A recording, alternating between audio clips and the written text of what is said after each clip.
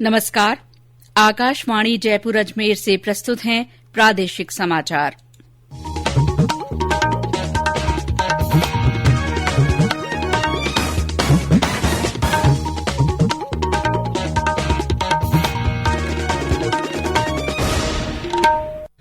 मुख्य समाचार।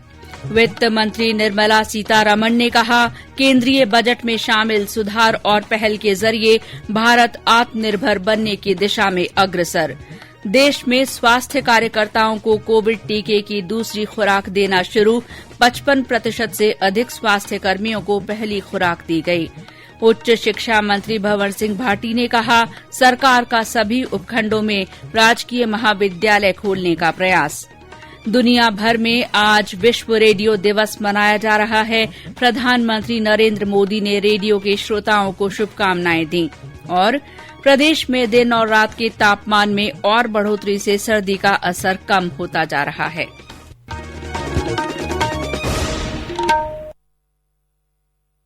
समाचारों के साथ मैं शीला चावला। कोविड-19 महामारी के खिलाफ देश एकजुट होकर लड़ रहा है। आप भी हमारे साथ सुरक्षा और बचाव के 3 आसान एहतियाती उपायों का संकल्प लें। मास्क पहनें, 2 गज की दूरी है जरूरी, सुरक्षित दूरी बनाए रखें, हाथ और मुंह साफ रखें। और अब समाचार विस्तार से। वित्त मंत्री निर्मला सीतारमण ने कहा है कि केंद्रीय बजट में शामिल सुधार और पहल के जरिए भारत आत्मनिर्भर बनने की दिशा में अग्रसर है। उन्होंने कहा कि ये बजट कोविड की स्थिति से प्रभावित देश की अर्थव्यवस्था के विकास में आवश्यक प्रोत्साहन देगा। आज लोकसभा में आम बजट पर चर्चा का जवाब देते हुए वित्त मंत्री ने कहा कि सरकार ने चुनौतियों को अवसर में बदलने का काम किया और अर्थव्यवस्था के दीर्घ अवधि के विकास के लिए कई कदम उठाए। वित्त मंत्री ने कहा कि नए कृषि कानूनों को लेकर विपक्ष भ्रामक प्रचार कर रहा है। उन्होंने कहा कि नए कानून लागू होने के बाद देश में कोई भी कृषि मंडी बंद नहीं हुई है। उन्होंने कहा कि राष्ट्रीय जनतांत्रिक गठबंधन सरकार ने गरीबों, किसानों, छोटे और मध्यम व्यापारियों के कल्याण के लिए भी कई कदम उठाए हैं। श्रीमती सीतारमण ने कृषि सुधार कार्यक्रमों पर कांग्रेस पार्टी के यू टर्न लेने की कड़ी आलोचना की। फार्म लॉस के ऊपर स्पष्टीकरण देंगे कि क्यों कांग्रेस पार्टी की पोजीशन यू टर्न लिया। पहले तो इसका समर्थन देते थे, अभी क्यों बदला। सेकेंड, फार्मर्स के इतना ज्ञान देने वाले कांग्रेस फार्म लोन वेवर के बारे में बहुत सारे स्टेट्स में इलेक्शन जीतने के लिए वायदा देते थे कि फार्म लोन दे रहे हैं हम, प्लीज वोट दे दो। जनता भी भरोसा रख करके वोट दिलाए, मगर राजस्थान में आज भी कंप्लेंट्स है, फार्म लोन नहीं हो रहे। देश भर में स्वास्थ्य कर्मियों को कोविड टीके की दूसरी खुराक देने का काम आज से शुरू हो गया है। स्वास्थ्य सचिव राजेश भूषण ने बताया कि ये दूसरा टीका उन लाभार्थियों को लगाया जा रहा है जिन्हें टीकाकरण अभियान की शुरूआत के दिन 16 जनवरी को लगाया गया था। स्वास्थ्य मंत्रालय ने कहा है कि देश के 55% से ज्यादा स्वास्थ्य कर्मियों को कोविड टीकाकरण की पहली डोज दी जा चुकी है। कल लोकसभा में स्वास्थ्य मंत्री डॉ हर्षवर्धन ने बताया कि कोरोना के खिलाफ लड़ाई में अग्रिम पंक्ति के कार्यकर्ताओं को इस महीने की 2 तारीख से कोविड टीका देना शुरू किया गया है। उन्होंने बताया कि स्वास्थ्य कर्मियों और अग्रिम पंक्ति के कार्यकर्ताओं को टीका देने के बाद अन्य श्रेणियों के लोगों को कोविड टीका लगाने पर राष्ट्रीय विशेषज्ञ दल फैसला लेगा। केंद्र सरकार की ओर से कोरोना के विरुद्ध जन जागरूकता आंदोलन चलाया जा रहा है। इसी के तहत आकाशवाणी जयपुर के समाचार बुलेटिनों में प्रसारित की जा रही विशेष श्रृंखला जनता का संदेश, जनता के नाम में सुनिए हमारी श्रोता का संदेश। मैं अवनी राठौड़ 12 से बोल रही हूँ कि जब भी घर से बाहर निकलें मास्क जरूर लगाएं और 2 गज की दूरी बनाए रखें। हमारे अन्य श्रोता भी कोरोना जन जागरूकता आंदोलन से जुड़ सकते हैं। इसके लिए आपको अपना संदेश रिकॉर्ड कर या टाइप कर हमारे व्हाट्सएप नंबर 9414052368 पर भेजना होगा। चयनित संदेशों को आगामी बुलेटिनों में शामिल किया जाएगा।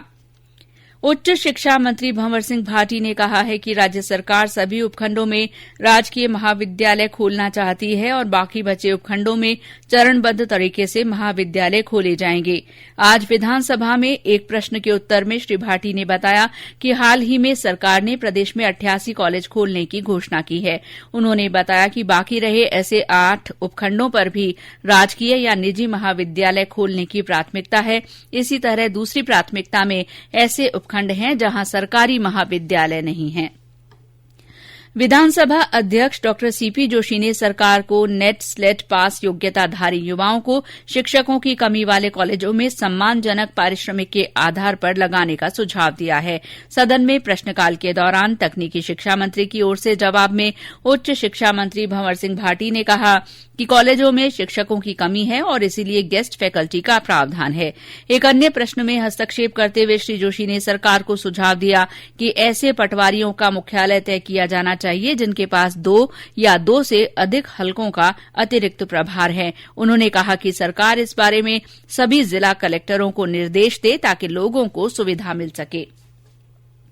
छबड़ा विधायक प्रताप सिंह सिंघवी ने प्रदेश में कथित बिगड़ती कानून व्यवस्था और साइबर अपराधों के विरुद्ध विशेष कार्रवाई करने की मांग की है।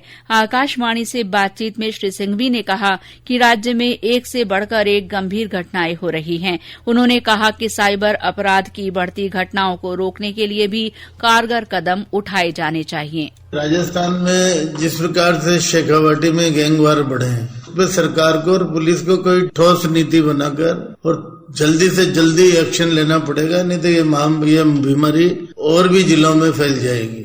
जो हमको सामने एक नई प्रॉब्लम दिखती है या नजर आ रही है साइबर क्राइम की, उस पर भी रोक लगाने के लिए ठोस प्रभावी कदम उठाना चाहिए। वर्तमान में पुलिस साइबर क्राइम रोकने में सक्षम नहीं है। कारण है उसका कि वो प्रशिक्षित नहीं है। इसलिए इसके सेशन चलाकर और कांस्टेबल से लेकर जिस भी लेवल तक थानों में काम होता है, उन सब लोगों को साइबर क्राइम के मामले में ज्यादा से ज्यादा एक्सपर्ट करना चाहिए, ताकि जो साइबर क्राइम बढ़ रहा है किसी न किसी प्रकार से रोक लग सके। ये समाचार आकाशवाणी जयपुर अजमेर से प्रसारित किए जा रहे हैं। समाचार अभी और भी हैं, लेकिन पहले ये संदेश।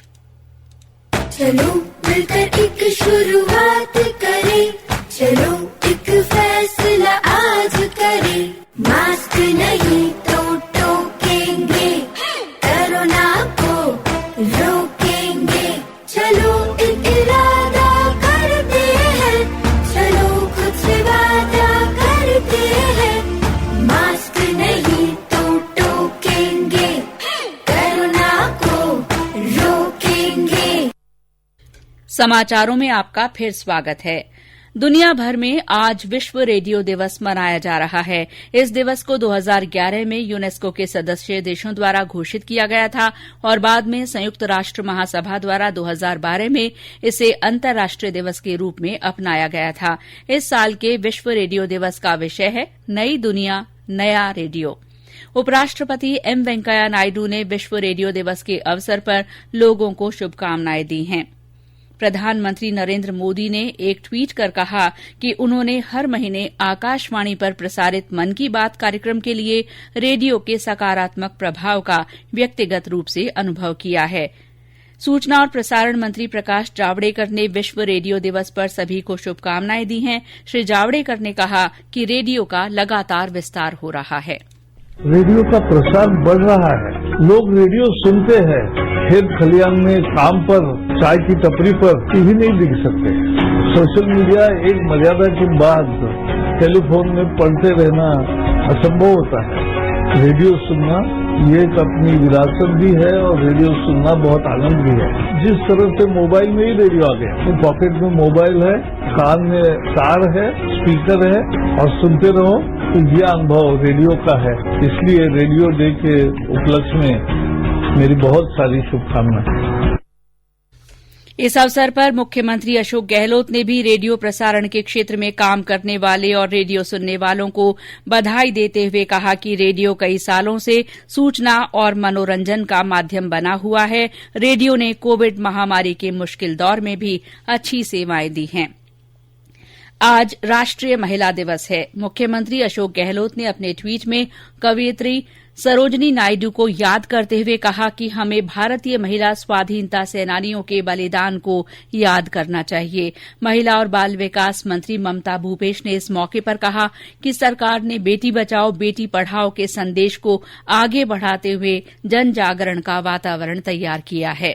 महिलाओं एवं बालिकाओं के समग्र विकास के लिए विशेषकर आर्थिक सशक्तिकरण हेतु 1000 करोड़ रुपए की प्रियदर्शनी इंदिरा शक्ति नारी निधि में से महिलाओं द्वारा उद्योग स्थापित करने के लिए प्रियदर्शनी इंदिरा गांधी महिला उद्यम प्रोत्साहन योजना, महिलाओं को अधिक सशक्त बनाने के लिए विभाग द्वारा कई अन्य योजनाओं के माध्यम से प्रयास किए जा रहे हैं, जिनमें मुख्यतः बेटी बचाओ बेटी पढ़ाओ योजना, बाल विवाह की रोकथाम, जेंडर के आधार पर समानता एवं महिलाओं के हित में कानूनी प्रावधान कराए गए हैं।